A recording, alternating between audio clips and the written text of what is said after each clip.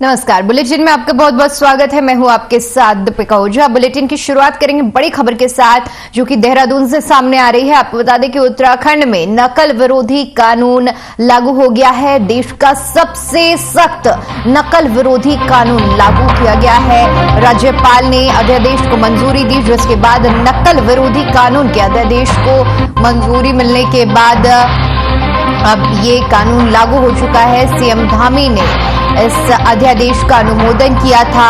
CM ने उत्तराखंड की जनता से वादा किया था कि नकल विरोधी कानून लागू करने का जो वादा था उसको सीएम धामी ने पूरा किया है और अपने वादे को पूरा करते हुए नकल विरोधी कानून को लागू कर दिया गया है। अब नकल मुक्त उत्तराखंड का निर्माण होगा, ऐसा कहा गया है। तो बता दें कि नकल विरोधी कानून उत्तराखंड में लागू हो गया है। राज्यपाल की ओर से मंजूरी मिलने के बाद प्रदेश में अब नकल विरोधी कानून लागू हो गया है। ये जैसा कि सीएम धामी की तरफ से वादा किया गया था कि नकल मुक्त उत्तराखंड बनाने का निर्माण किया जाएगा और उसी दिशा में अब इसी नकल विरोधी कानून को मंजूरी मिल गई है। बताते चले कि सीएम धामी ने नकल विरोधी कानून का अनुमोदन किया था, जिसके बाद राज्यपाल से इसे मंजूरी मिली है और अब ये कानून लागू हो गया है।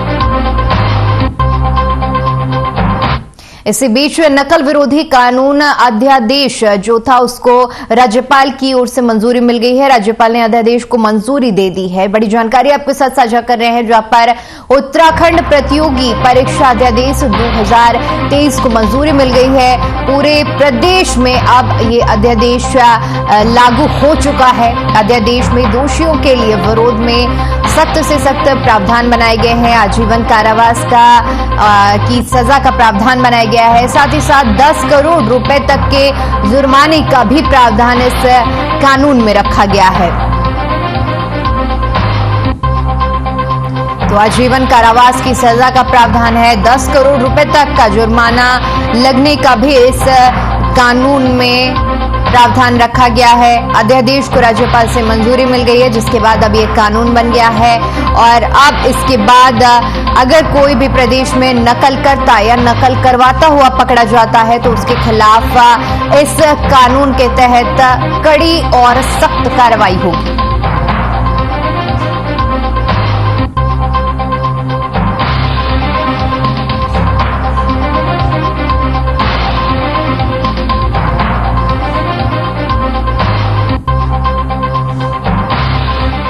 इसी बीच बड़ी खबर देहरादून से सामने आ रही है। आपको बता दें कि बेरोजगार संघ की मांगों पर सरकार गंभीर है। सरकार ने कई मामलों पर कार्रवाई की है। पटवारी भर्ती पेपर लीक मामले की एसआईटी जांच होगी। कोर्ट के जज की निगरानी में एसआईटी जांच की जाएगी। सीबीआई जांच की मांग को हाईकोर्ट कर चुका था खारिज, जिसके बाद एसआईटी का गठन किया गया है। युवाओं ने परीक्षा में प्रश्न पत्र बदले जाने की मांग की थी। 12 फरवरी की परीक्षा के नए प्रश्न पत्र तैयार किए गए हैं और साथ ही साथ सख्त नकल विरोधी अध्यादेश को मंजूरी भी मिल चुकी है। बताते चले कि राज्य लोक सेवा आयोग के परीक्षा नियंत्रक को हटाया गया है।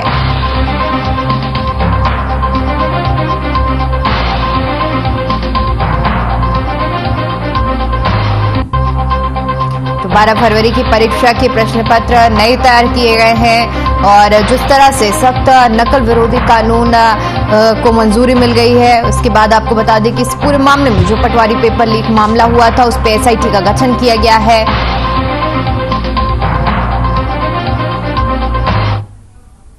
बता दें कि बेरोजगार संघ जो पथराव कांड हुआ था उसी से जुड़ी हुई बड़ी खबर सामने आ रही है, जिसमें कानून व्यवस्था बिगाड़ने पर सीएम का सख्त रुख देखने को मिला है। पथराव लाठीचार्ज की मजिस्ट्रियल जांच होगी। गढ़वाल कमिश्नर सुशील कुमार को जांच का जिम्मा सौंपा गया है और डीजी बंसीधर तिवारी ने इस पूरे मामले की जानकारी दी है, जिसमें आपको बता दें कि बीते दिनों जहां पर बेरोजगार संघ पटवारी पेपर लीक और प्रदेश में हो रहे पेपर लीक को लेकर धरना प्रदर्शन कर रहे थे और इसी बीच लाठीचार्ज हुआ था और अब इसी मामले पर आदेश जारी किए गए हैं। पथराव कांड को लेकर कानून व्यवस्था बिगाड़ने पर सीएम सख्त नजर आए। पथराव लाठीचार्ज की मजिस्ट्रियल जांच के आदेश दिए गए हैं। गढ़वाल कमिश्नर सुशील कुमार को यह जिम्मा सौंपा गया है। डीजी सूचना बंशीधर तिवारी ने इस पूरे मामले की जानकारी देते हुए मजिस्ट्रियल जांच की बात कही है और साथ ही साथ कानून व्यवस्था जिस तरह से बिगाड़ी गई है उसको लेकर सीएम का सख्त रुख देखने को मिल रहा है। गढ़वाल कमिश्नर को जांच का जिम्मा सौंपा गया है।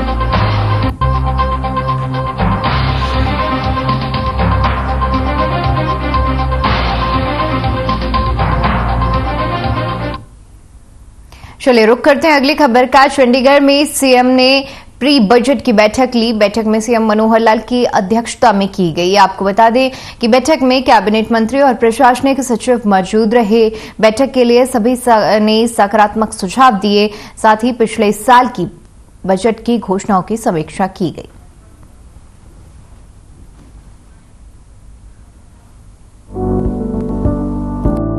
इस देश में बजट को लेकर के नए नए इतिहास बन रहे हैं। हम लगातार बजट से पूर्व इतनी बैठकें कर रहे हैं, बजट को बनाने में मेहनत कर रहे हैं, सब विभाग हमारे लगे हुए हैं। और एक इतिहास ऐसा भी है कि हमारे पड़ोसी प्रदेश में बजट को पढ़ने का भी मुख्यमंत्री को अवसर नहीं मिलता और वो पिछले साल का बजट पढ़ना शुरू कर देते हैं। ये भी एक अपने आप इतिहास बना है। लेकिन मित्रों, बजट एक बहुत महत्वपूर्ण एक विषय होता है, ये अवसर होता है, दस्तावेज होता है, जिसमें प्रदेश के लोगों का ज़्यादा से ज़्यादा कैसे भला किया जाए और आने वाला वर्ष हमारे काम का किस प्रकार से जनहित में काम करने का जो एक खाका है वो तैयार किया जाए। तो इसलिए हम जितने भी स्टेक होल्डर्स हैं उनसे सबसे बात कर रहे हैं। 2 दिन पहले मैंने मेंबर पार्लियामेंट्स को भी उनसे बातचीत की, बहुत अच्छे सुझाव उन्होंने भी दिए हैं। और अभी विभागों के अनुसार जो चर्चा हमारी चल रही है, आज ये दूसरी मीटिंग उसमें थी। पहले कुल 32 विभागों ने उस दिन अपना पार्टिसिपेट करके अपने अपने सुझाव दिए थे। आज 10 विभाग जो बचे थे उन्होंने भी अपने विषय बताए हैं।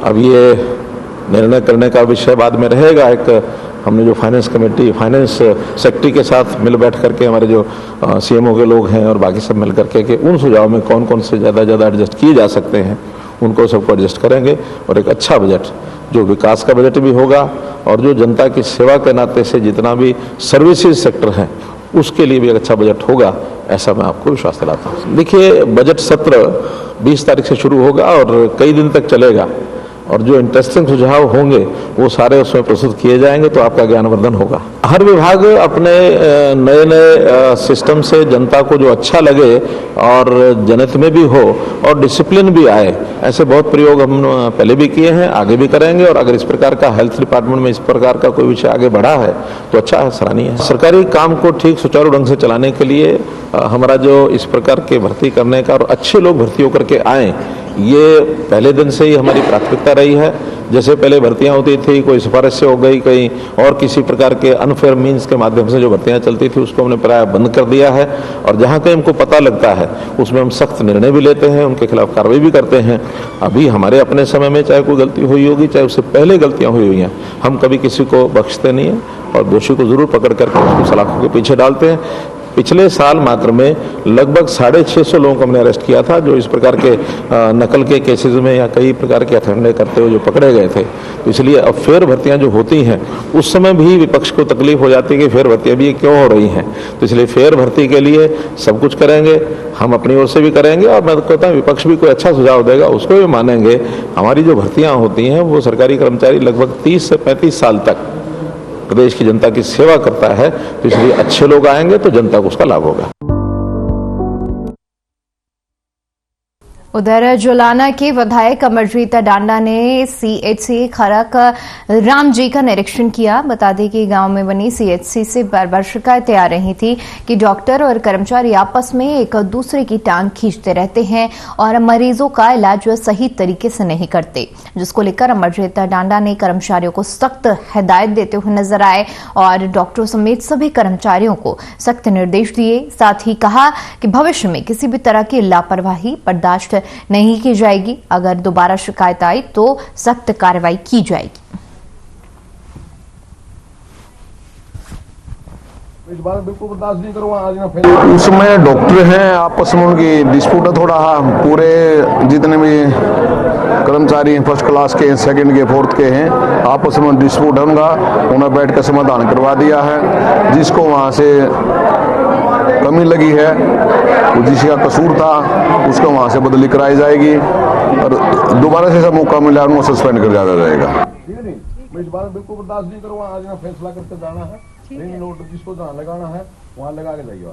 ठीक है नहीं, ऐसे डॉक्टर ड्यूटी लानी है। उधर यमुनानगर के बिलासपुर में एक प्राइवेट हॉस्पिटल में दवाइयों की एक्सपायरी डेट को लेकर सीएम फ्लाइंग की रेड हुई, जिसके बाद अस्पताल संचालक समेत 2 लोगों को गिरफ्तार कर पुलिस ने एफआईआर दर्ज की है। और बता दें कि जिस पर इंडियन मेडिकल एसोसिएशन के डॉक्टर और लैब अटेंडेंट ने मुख्यमंत्री के नाम जिला उपायुक्त को ज्ञापन सौंपा है, जिसमें सीएम मनोहर लाल से अनुरोध किया गया है कि इस मामले में संज्ञान लेते हुए पहले पूरे मामले की जांच की जाए, उसके बाद कोई कार्रवाई हो।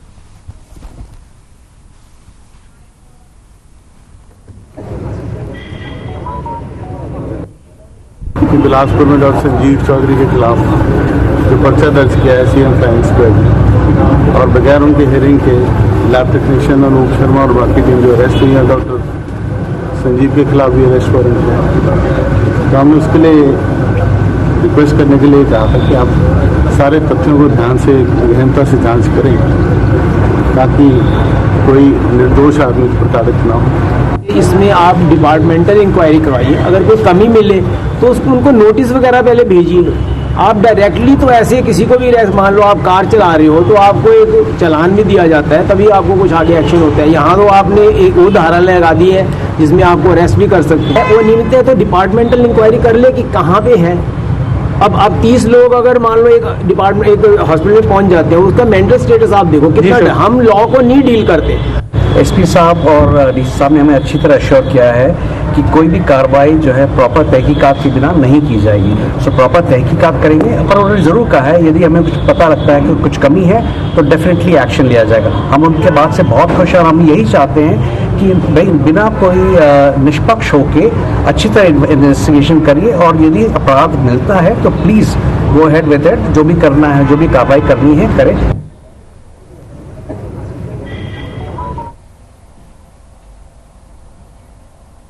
चलिए फिलहाल वक्त तो चला एक छोटे से ब्रेक का। ब्रेक के बाद खबरों का सिलसिला लगातार जारी रहेगा।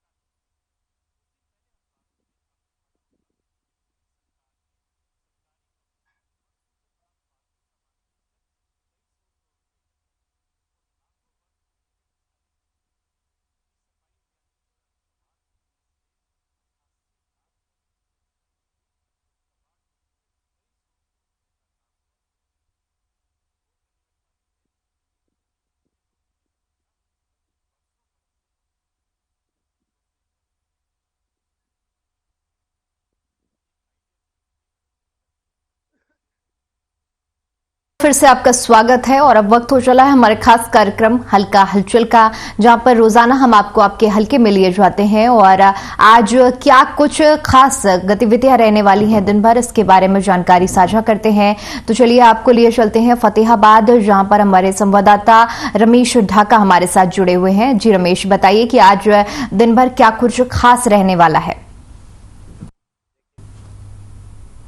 तो फतेहाबाद से एक बहुत अच्छी बड़ी पहल जो है उन्ना क्षेत्र के गांव बैजल पर से जो एक बड़ी ग्राम पंचायत ने फैसला लिया था कल, उसके लिए जो हम सरपंच से भी मिले थे। हमारे आज दिन में जो है हर खबर टेलीविजन के माध्यम से उनके विचार भी दिखाने की कोशिश की जाएगी, ताकि जनता के अंदर जो एक बड़ा मैसेज आए, क्योंकि समाज में फैली कुरीतियां है, मृत्यु भोज है, नशा है, और सरपंच ने ग्राम पंचायत के सहयोग से, गांववासी के सहयोग से यहाँ तक ऐलान कर दिया कि गांव के अंदर कोई भी व्यक्ति नशा नहीं बेचेगा। युवा वर्ग और नई जनरेशन को बचाने के लिए गांव के सरपंच ने एक जो पहल की है, वो आज पूरे फतेहाबाद जिले के अंदर जो हर गांव के अंदर वो सूचना पहुंची और अब लोग उनका अनुसरण भी करेंगे, क्योंकि मृत्यु भोज एक ऐसी कुरीति थी जिससे समाज खोखला होता जा रहा है और गरीब तबका, मीडियम परिवार उसके नीचे दबके रह जाते हैं। तो कहीं ना कहीं एक बड़ी अच्छी पहल उन्होंने की है। दूसरा बताना चाहूंगा, भोजना से लगता है ये जो हमारा भट्टुकला क्षेत्र है, जहां पर 2 दिन धरना चला था किसानों की समस्याओं को लेकर, बताना चाहूंगा 2020 के अंदर जो एक सफेद मक्खी रोग जो फसलों के अंदर था, जिससे फसलें बर्बाद हुई थी, उसके मुआवजे को लेकर मांग की जा रही। दूसरी सबसे बड़ी समस्या जो है भट्टुकला क्षेत्र की, वो है कि उसके अंदर जो काफी गांव ऐसे हैं जहां पर सेम जमीन से जो है बढ़ती है और फसलें बर्बाद हो जाती है। हर साल ये जिक्र रहता है कि सेम की समस्या का हल किया जाएगा और किसानों की समस्या ये जो इसको निजात दिलाने का सरकार काम करेगी, लेकिन हर साल दावे जरूर किए जाते हैं, लेकिन जड़ से जो है सेम की समस्या का हल नहीं हो पा रहा है। उसके लिए तो ये अखिल भारतीय किसान सभा से विष्णु तामरे ने जो हमें जानकारी दी थी कि अब जो है ज्ञापन नायब तहसीलदार को सौंपा गया और डीसी साहब जो ऊपर क्या रेजोल्यूशन पास करते हैं, उस समस्याओं का कैसे हल करते हैं, वो देखिए आने वाला समय बताएगा। सरसों की फसल के ऊपर बताना चाहूंगा, किसानों की ये भी बड़ी समस्या थी, क्योंकि जो पीछे जो पाला पड़ा था उसमें सरसों की फसल जो बर्बाद हुई है, तो उसको लेकर भी जो है मुआवजे की मांग की जा रही है, स्पेशल गिरदावरी उसकी करवाई जाए। तो ये बड़ी समस्या है और रीटेंडरिंग का विरोध तो लगातार जारी है। अब बात करूं तो पहले जो है खंड सतर पे धरने चले थे, उसके बाद अब विधायक जो दूराराम है उनकी कोठी के आगे धरना चालू है सरपंचों का, और सरकार से मांग है कि ये टेंडरिंग प्रणाली तुरंत प्रभाव से जो है वापसी ली जाए, ताकि सरपंच अपने काम शुरू कर सके और ज्यादा वो विकास करा सके। ये एक बड़ी बीच में जो ई टेंडरिंग को लेकर के, राइट टू रील को लेकर के सरपंच और सरकार के बीच तनाव अभी चल रहा है। दीपिका, बिल्कुल रमेश, इसके अलावा मैं जानना चाहूंगी, जिस तरह से अभी बैठकों का दौर भी जारी है, बीजेपी की भी बैठक हो रही है और कांग्रेस ने भी प्रस्तावित की है बैठक प्री बजट को लेकर, तो ऐसे में लोगों की क्या कुछ उम्मीदें हैं बजट से? बिल्कुल दीपिका, आपने ठीक कहा है कि बजट को लेकर के बड़ी एक आस रहती है। हर एक वो युवा वर्ग है, नौकरी के लिए भटक रहे हैं, गरीब तबका है, गृहिणी है जो खर्चे देख रहे हैं, हम सिलेंडर का आसमान पर रेट हो रहे हैं, दाल सब्जियों के रेट हैं, पेट्रोल डीजल के रेट हैं। किसान के भी बहुत से उपकरण ऐसे हैं जिनके ऊपर काफी प्रभाव पड़ता है। अच्छा बजट अगर सरकार लेकर के आती है तो काफी ज्यादा उम्मीदें लगाए बैठा है हर व्यक्ति, और देखना भी ये होगा कि क्या होता है नए बजट में।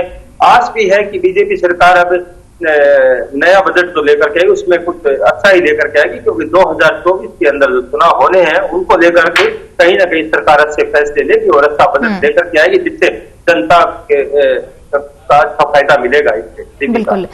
इसके अलावा रमेश, मैं जानना चाहूंगी, जिस तरह से अभी मौसम में भी बदलाव हुआ है, हालांकि अब ठंड में गिरावट देखने को मिल रही है, तो अभी वहां का मौसम किस तरह से है? देखिए बिल्कुल दीपिका, आपने जो प्रश्न किया है इसके अंदर बताना चाहूंगा, आज से अगर 2-3 दिन पहले की बात करूं तो लगातार जो सूर्य देवता ने ज्यादा किरणें बरसाई, जिससे जो गेहूं की फसल में और किसानों के चेहरे पर चिंता की तस्वीरें आना शुरू हो गई थी, क्योंकि ये जो मौसम चल रहा है सर्दी का, इसके अंदर क्या है कि जितना ज्यादा ये ठंड पड़ेगी ना, धुंध जितनी, उससे क्या है कि गेहूं की फसल के अंदर पैदावार बढ़ेगी। लेकिन अब इन दिनों में तापमान ज्यादा बढ़ा और सूर्य की किरणें ज्यादा धरती पर जैसे फसलों पर पड़ी है तो उससे नुकसान हुआ। लेकिन आज की अगर बात की जाए तो आज सुबह से ही जो है धुंध अच्छी छाई हुई है। इससे जो है अगर रूटीन में काफी दिन और ये धुंध चलती है तो किसानों को अच्छा फायदा मिलेगा। इससे मौसम अभी जो है सर्दी को लेकर के ये रहना चाहिए। फरवरी का जो महीना इसके अंदर तक अगर धुंध अच्छी रहती है तो फसलों के अंदर और किसानों को अच्छा फायदा मिल सकता है। दीपिका, बिल्कुल, फसल सुरक्षित रहे ये बहुत अहम है। इसके अलावा रमेश, मैं जानना चाहूंगी, जिस तरह से कांग्रेस की हाथ से हाथ जोड़ो यात्रा चल रही है, तो फतेहाबाद में क्या कुछ स्थिति है अभी इस यात्रा की?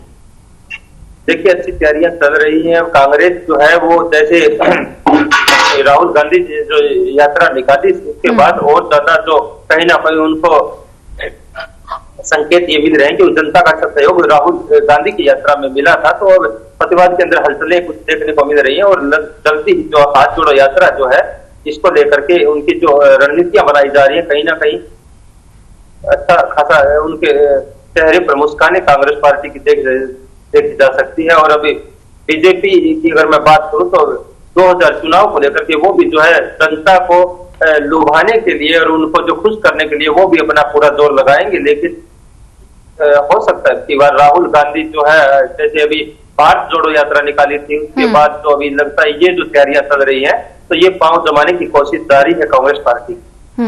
बिल्कुल। इसके अलावा अगर यातायात व्यवस्था की बात करूं तो किस तरह से यातायात व्यवस्था चल रही है प्रदेश में? यातायात व्यवस्था की अगर बात की जाए तो ठीक है, सभी सिस्टम ठीक है। सरकार का जो देखें तो जी रमेश, आवाज आ रही है आप तक? आवाज पहुंच पा रही है आप तक? तो आपको बता दें कि जिस तरह से हमारे संवाददाता ने हमें जानकारी साझा की है कि किस तरह से ई टेंडरिंग को लेकर विरोध प्रदर्शन चल रहा है और हालांकि लगातार बैठकों का दौर भी जो सरपंच है उनको समझाने की भी कोशिश की जा रही है। वहीं पर प्री बजट के मुद्दे पर भी हमने बात की। जी रमेश, आप तक हमारी आवाज पहुंच पा रही है? जी। जी, यातायात व्यवस्था पर मैंने आपसे सवाल किया था कि किस तरह से जिले में यातायात व्यवस्था चल रही है, क्या व्यवस्थाएं सुचारू रूप से हैं? देखिए, यातायात व्यवस्था की बात करूं तो फतेहाबाद जिले के अंदर ठीक है, कुछ गांव ऐसे हैं जहां पर जो है अभी जैसे जांडवाला बागड़ से जो सरपंच बनी है मंजू त्याग, जो उन्होंने जो है ये अपना सिस्टम बनाया है कि जिस गांव के अंदर उनका जो एरिया है वहां पर दिखते हैं जो कॉलेज के लिए पढ़ने के लिए लड़कियां आती हैं, गांव के युवा हैं, कोई बेरोजगार है, वो डेली जो एक फतेहाबाद से जुड़े हुए अपना रोजगार करते हैं। तो ऐसे में जो जहां पर यातायात की व्यवस्था की कमियां है उसको लेकर के लगातार जो ज्ञापन डीएम साहब को दे दिए जाते हैं और व्यवस्थाएं भी पूरी करवाने की डीएम भी हर कोशिश करता है ताकि जनता को ऐसी सुविधा न हो।